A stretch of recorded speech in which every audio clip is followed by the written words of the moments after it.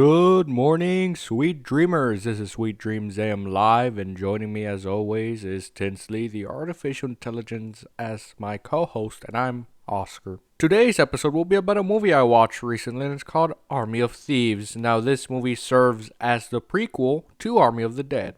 Army of Thieves is actually directed by the actor who plays Ludwig Dieter, so it is hard to see it happen, but interested to see the outcome. I think the movie would be really good just by itself, but being a prequel to Army of the Dead does add more layers to the film. Why don't we start with the basics of this film? This is before he goes by Ludwig Dieter, just so you know, but I will still refer to him as Dieter in this movie. I will mention why there is a change of names within the story towards the end of this episode. Dieter just a normal person with a job. That's like a bank teller, really. Now, what's important is that the spread of zombies in Nevada is starting, so it sets an approximation of how back it is from Army of the Dead. He would make videos on YouTube about the history of safe cracking and basically the interesting backstory behind each vault. His YouTube channel really is not the big thing, it is more like my dead gaming YouTube channel. Out of nowhere, he gets one view on the video and comment, and this comment sparks the initial journey for Dieter. The comment contains a location and a password which he will need to gain entry into the location listed on the comment. Dieter goes to the location since his curiosity leads him to see where it will basically lead him. We get a pretty entertaining scene between him and the bodyguard, then he gets let in by remembering the comment in YouTube which held the password for him to go inside. He goes inside to see an arranged set of safes with a safecracker on each one. As he arrives, the games will start. The games consist of opening the vault and firing a gun that shoots the bang banner. Surprised that the nervous and shaken Dieter ends up winning the tournament of cracking safes, with opening the last one without a sweat. This is where Gwendolyn appears, who is basically the other main protagonist of the film.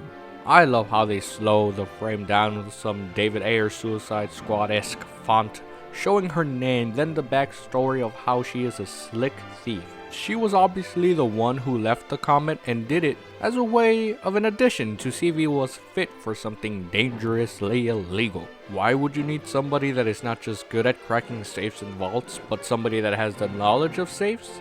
Gwendolyn meets with Dieter in a cafe shop he visits every morning and gives an offer. Or rather, an opportunity that will be presented only once in his whole lifetime. A heist of cracking and robbing 3 vaults, but these vaults were made by a master locksmith by the name of Hans Wagner. Hans Wagner made a set of vaults which are basically hard to forcefully crack. You can't just use explosives and drills to bust them. If you have watched Army of the Dead, then you will know that there is a Hans Wagner vault which Dieter gets excited to meet, then crack. Gwendolyn knows that for Dieter it is not just about the money like the Joker, but instead of the message, it is the honor of getting to confront a Hans Wagner vault to crack it. He accepts the offer. Now the rundown is that they will be breaking 3 vaults quite fast, one after the other. They will escalate by the difficultiness, so the first one will be the easiest compared to the other 2 vaults. What is interesting is that Dieter really has no practical experience in cracking safes, and his initial experience are going to be the hardest safes to crack. The first safe will be Paris, then the second in Prague, and the third one is located in St. Moritz. They will do the heist in the time span of a week since they will be getting decommissioned in a week. Also, big side note, Tanaka is the owner of those safes, if I'm correct. I am wondering if Dieter actually did crack those vaults before Army of the Dead, then how is it possible that Tanaka, being the rich man that he is, would not recognize that man right in front of him for Army of the Dead being the one that had cracked his last safes? The crew consists of Gwendolyn, Dieter, Corina, who is the hacker, Brad Cage, who is the gunman, and finally Rolf, who is the getaway driver. The real name of Brad Cage is Alexis, but he changed it since he is a big fanatic for Nicolas Cage, the classic 80s action hero. They take the first vault like it's a cakewalk, although Dieter was really nervous throughout the hit since it was his first time doing it. Something illegal too. The sequence that goes into completing the first heist was slick, and it reminded me of those classy films that are about robbing. I think the sequence of them robbing and Dieter asking whether it's really going to be that easy, then having him realize that they had already robbed and cracked the safe was pretty funny. When they celebrate in their safe house from the success of the Paris heist, Dieter starts to get feelings for Gwendolyn, and Brad Cage sees that. He gets jealous about it and mentions how they are in a relationship together. The relationship is sort of in the past, but I understood that Brad Cage was just not wanting anybody else wanting her. Well, I say that because she made it seem like she was not in a relationship really, while Brad Cage says that they are. After the first heist in Paris, we sort of get introduced to a subplot and a new set of characters. Really just two. Delacroix and Beatrix are Interpol, and Beatrix serves as the partner of the main dude, Delacroix. He was shot in his little ass, but he had a canteen in his back pocket, so that saved him from the bullet really going inside the rear of this man. He takes out the canteen that shows the bullet stuck in it, and I feel like it will have another appearance in the sequel to Army of the Dead, or the series perhaps. He is really keen on capturing the crew and notices that they must have a new safecracker since the original one was caught. I thought there was going to be something important regarding the original safecracker, but that subject never appeared again in the film. So what is important is that Delacroix is an obsessive Interpol agent that is hell-bent on capturing the crew after Brad Cage shot him. They go to Prague, and some bad things happen when Gwendolyn and Dieter go to the second vault. But as they reach it, the cameras actually identify them. They send the alert to the Interpol detective, but the problem is that they were at the wrong bank. Delacroix alerts that there is a robbery happening at the bank they are actually robbing and starts rushing to the right bank after discovering he was in the wrong one. Corinne alerts Gwendolyn and Dieter that they basically need to hurry up since they have been busted and cops will be heading there, which will enclose the perimeter of the bank. They decide to do something quite risky, but Brad Cage goes to that same bank, but goes in with a shotgun and the classic Point Break mask of Nixon saying, "I'm not a crook." He goes to the main floor where he simulates a robbery just to serve as a distraction, so Dieter has the time to open the vault. He fucks up on his first attempt, and if he fucks up again, then the safe simply locks itself and will never be opened again. I mean, just imagine doing a fucking heist where you are there to get the big cheese, the dough, the money. Then you fuck up opening the safe, then the reality dawns that this shit vault can never be opened again. I mean, what a way to fumble a whole heist and the life of robbers. What baffled me the most out of this next scene where Brad Cage is doing the distraction was the projectiles being shot from Brad Cage's gun. He had like an Uzi, I think, but the fucking guy was shooting darts, like those tranquilizer darts at the people and guards that make him go to sleep. Not only does Brad Cage need to have an excellent aim since the security would have some sort of chest rig on them, but I thought tranquilizers could only be fired from bolt actions or specifically designed weapons. I am pretty sure that you cannot shoot fucking darts like that to make people fall asleep from an Uzi. I think it comes from the little feather part, and I simply do not believe it is real. But was it cool? Yeah, I think it fucking looked cool. It did give it that spy aura from how cool they did the scenes where the camera follows the dart on the person that Brad Cage is shooting. They made that scene fun and very enjoyable to watch, so of course nobody's really going to think twice about it, whether it is real to shoot darts from a gun like that. I think it came into my mind because I've been watching many videos of those gun experts reacting to guns in various different video games. Anyways, after the safe is cracked and they start running towards the getaway van, Brad Cage gets an injury on the shoulder from a bullet wound, but gets in, although Gwendolyn and Dieter are trying to catch up while holding the duffel bags of money. They keep running and throw the bags in, then she gets in first luckily.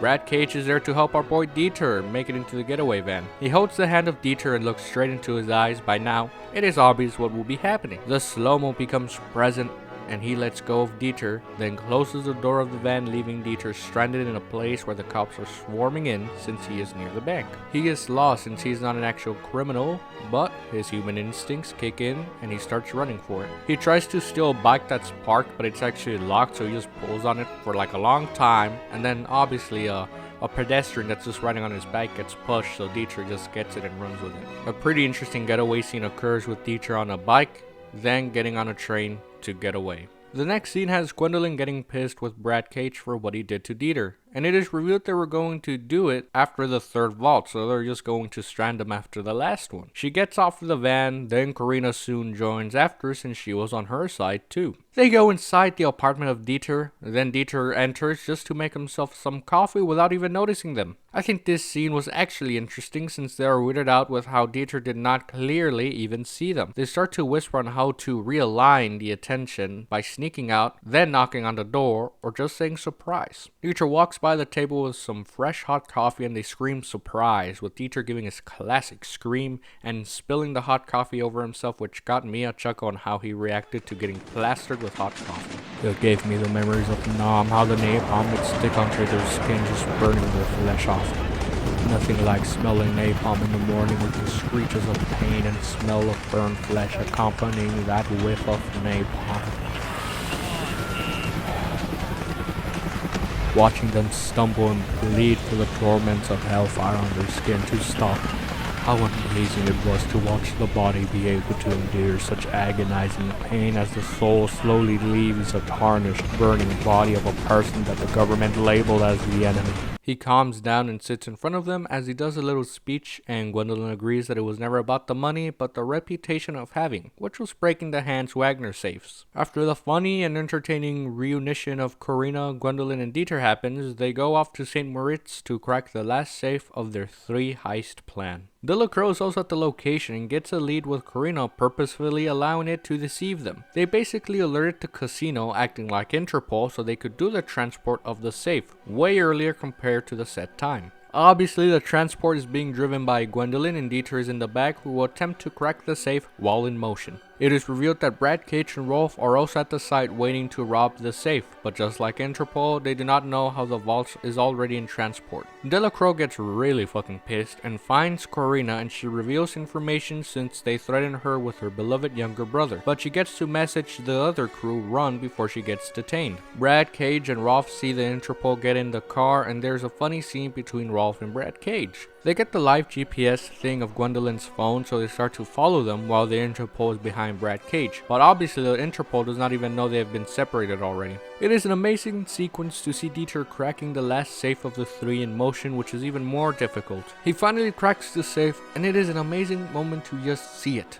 The film made me almost feel that pride from seeing that safe get cracked. They stopped the truck, and guess who is there? If you guessed Nicolas Cage, then you are very right.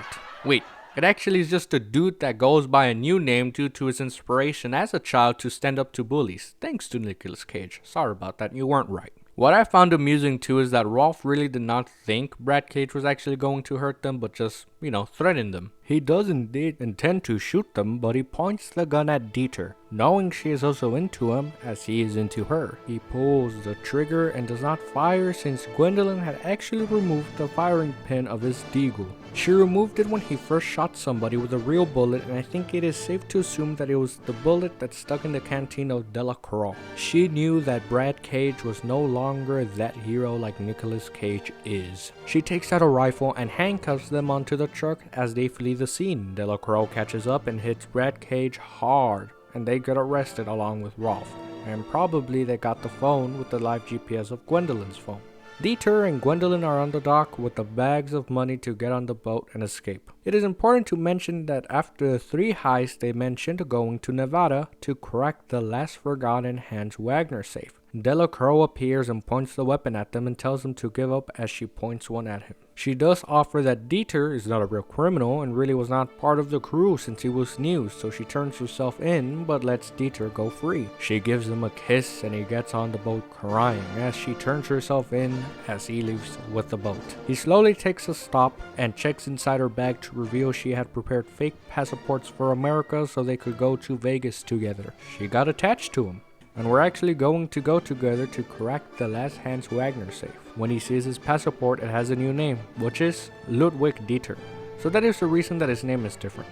His name is Ludwig in the Army of Dead because of his new passport and identity. She does mention that she will try to find him, so we might see her in a sequel. The post-credit scene has Bautista with the chick of Nacho Libre going towards the safe store named after Gwendolyn. They mention that the person they need to open the safe will be in that store. They get guided to a different room where Dieter is and gets presented to the schematics of the safe that is in Vegas. This shows how they encounter Ludwig, and just like in the movie, it mentions a prophecy. Life presents Dieter the opportunity that he wanted, which is getting the chance to encounter the last of safes made by Hans Wagner. Now to my thoughts on the film overall. I was really not looking forward to this film, but holy shit was it good. I love this movie way more than Army of the Dead since it is just more entertaining. This movie lends itself to a more broad audience to enjoy when compared to Army of the Dead, which is my humble opinion. I am not saying Army of the Dead is bad, but if you gave me a choice, I would rather see Army of Thieves. I think this movie had some amazing chemistry between the actors, and I really did not think this movie was necessary, nor would it be good. It might not be necessary since this is a character that was loved, but sure, nobody would know that they would make a prequel uncovering more of this character. But it's alright. I'm glad Zack Snyder and the actor of Dieter joined up to make this piece of media for us the consumers to take in and enjoy. This movie also has a strange scene where it sort of goes in depth, but this time it is with Corina. Dieter gets a nightmare about opening a vault and being surrounded by zombies, then wakes up scared in the car. Corina mentions that they could be considered a prophecy and cannot escape it, which is similar to what happens to him in Army of the Dead. They do the same as the first film, which is just brushing it off and continuing along with the plot. This film was not like the other, where there are zombies with blue eyes, cyber zombies, UFOs, and weird stuff like that, so that is one of the reasons I enjoy this movie more. There are not just weird and bizarre things going on for no reason. Now I know there is a potential of that stuff I mentioned being explained in later projects in that universe, but I still find it pointless. I was not a big fan of Dieter and was warming up to him when his screen times end in Army of the Dead, but after this film, I really got to enjoy the character and cherish his arc. The scenes that have to do with cracking safes are probably one of the best things about this film. The movie basically shows the innards of the safe when Dieter is cracking them. I really do not know just how realistic it was on how the gears and springs actually work inside of the vault when it's getting cracked. I just loved how the gears would move as Dieter would listen in to crack the safe correctly. Such nice sequences, and the music was quite great too. There is a part that had a weird Dark Knight and Tenet beat under the music. I checked, and apparently Hans Zimmer was involved with the music in this film, and explained itself to me when I found that out. Now, before anyone says anything, I know that Hans Zimmer did not do the score for Tenet, and I also know that he will not be doing it for the next Nolan film. I think it is obvious that my feelings towards this film are incredibly positive, even with my negative expectations of this film. Glad this movie exists and that I can watch and enjoy it every time I pick it. Nicky Kane, roll the music. I hope you enjoyed this one, and this might turn out to be a long episode, but as always, I hope you had fun with us on Sweet Dreams A.M. Live. I wish you listeners the best of health, and keep an eye out on the new episodes of The Tomorrow Show with Sweet Dreams A.M. I also wish you listeners the best of luck. Bye bye.